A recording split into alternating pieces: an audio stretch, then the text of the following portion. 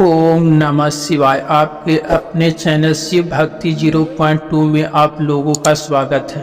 भगवान भोलेनाथ का कृपा आप पर आपके समस्त परिवार पर बना रहे। रवि प्रदोष व्रत कथा आज हम आप लोगों को सुनाने जा रहे हैं।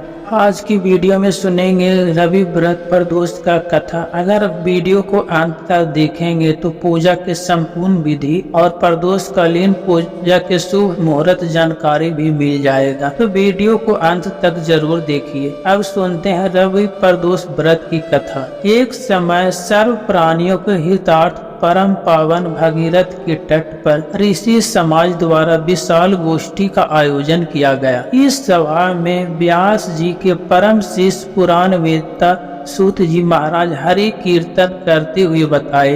सूत जी को आते हुए देखकर सौनक आदि 88,000 ऋषियों मुनियों ने खड़े होकर दंडवत प्रणाम किया। महाज्ञानी सूत जी ने भक्ति भाव से ऋषियों को हृदय से लगाया तथा आशीर्वाद दिया। विद्वान ऋषिगण और सब शिष्य आसनों पर विराजमान हो गए। सौनक आदि ऋषियों ने पूछा, हे पूज्यवर, हे महामते, कृपया यह बताने का कष्ट करें, प्रदोष व्रत सबसे पहले किसने किया और उसे क्या फल प्राप्त हुआ। श्री सूत जी बोले, आप सभी शिव के परम भक्त हैं। आपकी भक्ति को देखकर मैं व्रती मनुष्यों का कथा कहता हूँ, ध्यान से सुनिए। एक समय की बात है, एक गांव में अति दीन ब्राह्मण निवास करता था। उसके साथ पत्नी प्रदोष व्रत किया करता था। उसे एक ही पुत्र था और एक समय की बात है, वह पुत्र गंगा स्नान करने के लिए गया। दुर्भाग्यवश मार्ग में चोरों ने उसे घेर लिया और वह कहने लगे, हम तुम्हें मारेंगे नहीं, अपने पिता के गुप्त धन के बारे में हमें बता दो। बालक दीन भाव से कहने लगा, बंधुओं, हम अत्यंत दुखी दीन हैं, हमारे पास धन कहाँ है। तब चोरों ने कहा, तेरे इस पोटली में क्या बंधा है। बालक ने निसंकोच होकर कहा, मेरे माँ ने मेरे लिए रोटियां दिया है। यह सुनकर चोरों ने अपने साथियों से कहा, साथियों, यह बहुत ही दीन दुखी मनुष्य है, अतः हम किसी और को ही लूटेंगे। इतना कहकर चोरों ने उस बालक को जाने दिया। बालक वहां से चलते हुए एक नगर में पहुंचा। नगर के पास एक बरगद का पेड़ था। वह बालक उस बरगद के छाया में सो गया। उसी समय उस नगर के सिपाही चोरों के खोजते हुए बरगद के वृक्ष के पास पहुंचे और बालक को चोर समझकर बंदी बनाकर राजा के पास लेकर गए। राजा ने उसे कारावास में बंद करने का आदेश दिया। ब्राह्मणी का लड़का जब घर नहीं लौटा तब उसे अपने पुत्र की बड़ी चिंता हुआ। अगले दिन प्रदोष व्रत था। ब्राह्मणी ने प्रदोष व्रत किया और भगवान शंकर से मन ही मन अपने पुत्र की कुशलता के लिए प्रार्थना करने लगा। भगवान शंकर ने उस ब्राह्मणी को प्रार्थना स्वीकार कर लिया और उसी रात भगवान शंकर ने उस राजा को स्वप्न में आदेश दिया कि वह बालक चोर नहीं है, उसे प्रातः काल छोड़ दे, अन्यथा उसका सारा राज वैभव नष्ट हो जाएगा। राजा ने शिव जी की आज्ञा के अनुसार उस बालक को कारावास से मुक्त कर दिया। बालक ने राजा को अपनी सारी कहानी सुनाया। सारा वृत्तांत सुनकर राजा ने अपने सिपाहियों को उस बालक के घर भेजा और उसके माता पिता को राज दरबार में बुलाया। उसके माता पिता बहुत ही भयभीत थे। राजा ने उन्हें भयभीत देखकर कहा, आप भयभीत ना हो, आपका बालक बिल्कुल निर्दोष है। राजा ने ब्राह्मण को 5 गांव दान में दिए, जिससे कि वह सुखपूर्वक अपना जीवन व्यतीत कर सके।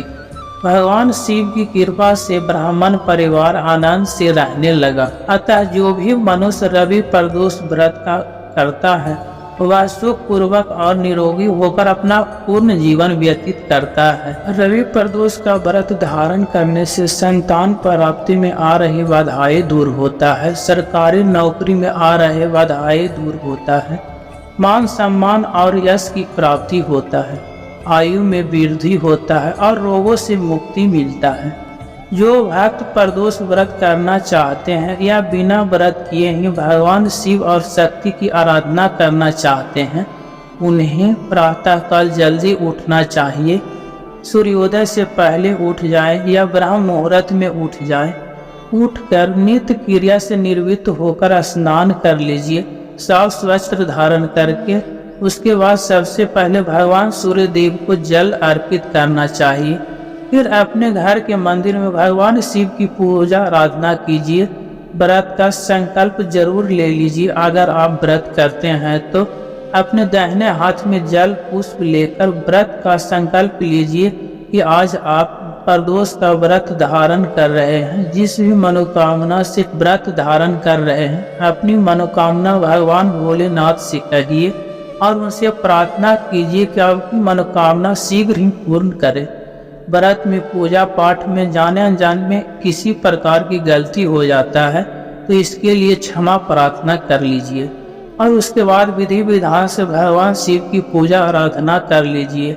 भगवान भोलेनाथ की पूजा में आवश्यक सामग्री होता है जलाभिषेक के लिए। जो भी आप द्रव्य लेना चाहते हैं, चाहे पंचामृत ले सकते हैं, कच्चा दूध ले सकते हैं, जल ले सकते हैं। जैसे कि रवि प्रदोष में आप चाहे तो जल में थोड़ा गुड़ डालकर भी भगवान शिव का अभिषेक कर सकते हैं, या फिर गन्ने का रस से भी भगवान शिव का अभिषेक किया जाता है। गन्ने का या गुड़ के रस से भगवान का अभिषेक करने से कर्ज से मुक्ति मिलता है, आर्थिक तंगी से मुक्ति मिलता है। तो अपनी इच्छा के अनुसार कोई भी द्रव्य ले सकते हैं जिससे भगवान भोलेनाथ का अभिषेक आपको करना है। इसके बाद अक्षत, चर्म, चंदन, भस्म, ये सभी चीजें जो आपके पास उपलब्ध हो, भांग, धतूरा, बेलपत्र, सफेद पुष्प आपके पास उपलब्ध हो तो आप वह भी ले सकते हैं। तो सच्चे मन से भगवान शिव और शक्ति की आराधना कीजिए। उसके बाद आपके मन की जो भी कामना है वह भगवान भोलेनाथ से जरूर कहिए। और हाँ, और थोड़ा सा कपूर जलाकर भगवान शिव का आरती कर लीजिए। अगर घर के आसपास कहीं मंदिर है तो वहां जाकर दीप दान जरूर कर दीजिए। अगर आप आर्थिक तंगी से परेशान है तो बेल वृक्ष के नीचे आपको दीप प्रज्वलित करके श्री सूक्त का पाठ करना चाहिए। इससे आपके किसी भी प्रकार की आर्थिक तंगी से मुक्ति मिलता है। और व्रत करते हैं तो व्रत में आप फलाहार ले सकते हैं दिन में, जैसे कि सुबह पूजा करने के बाद दिन में आप फल ले सकते हैं, जूस पी सकते हैं, फलों का रस ले सकते हैं। जलाहार और फलाहार के द्वारा प्रदोष का व्रत आप कर सकते हैं।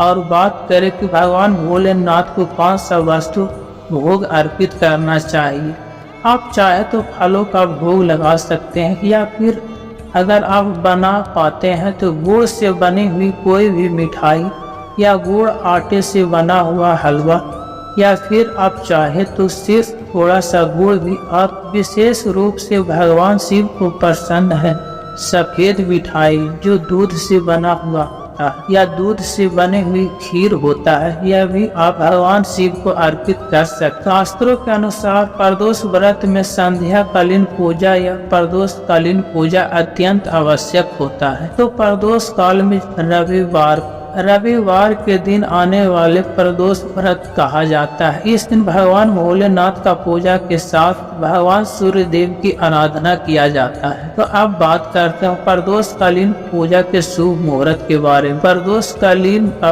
शुभ मुहूर्त होता है 5:30 से रात्रि 8:30 तक। इस वक्त भगवान भोलेनाथ का विशेष पूजा कर सकते हैं। कोई उपाय करना चाहे तो उपाय कर सकते हैं। रवि प्रदोष के दिन भगवान भोलेनाथ को लाल आंकड़े का पुष्प अर्पित करते हैं। यह जो लाल आंकड़े का पुष्प होता है इसमें सूर्य का कर्तव्य होता है, तो भगवान सूर्य की कृपा मिल जाता है। अगर हम यह पुष्प शिव को अर्पित करते हैं तो रवि प्रदोष के दिन अगर यह पुष्प अर्पित करते हैं भगवान शिव को, तो आपके जन्म कुंडली में सूर्य मजबूत होता है और सूर्य मजबूत होगा तो सभी प्रकार की जो परेशानियां हैं आपको ग्रहों से संबंधित मुक्ति मिल जाता है। जैसा कि आप सरकारी नौकरी के लिए प्रयास कर रहे हैं, समाज में परिवार में आपको मान प्रतिष्ठा नहीं मिलता है या फिर धन संबंधित कोई परेशानियां हैं, आप किसी भी परेशानी है जो सूर्य से संबंधित आपको उससे मुक्ति मिल जाता है। इसके अलावा आज के दिन भगवान शिव को अगर गन्ने के रस से या फिर जल में थोड़ा गुड़ डालकर भगवान शिव का अभिषेक करते हैं, इससे आर्थिक तंगी दूर होता है, कर्ज से मुक्ति मिल जाता है। आज के दिन चींटियों को गुड़ डालने से, चींटियों को शक्कर डालने से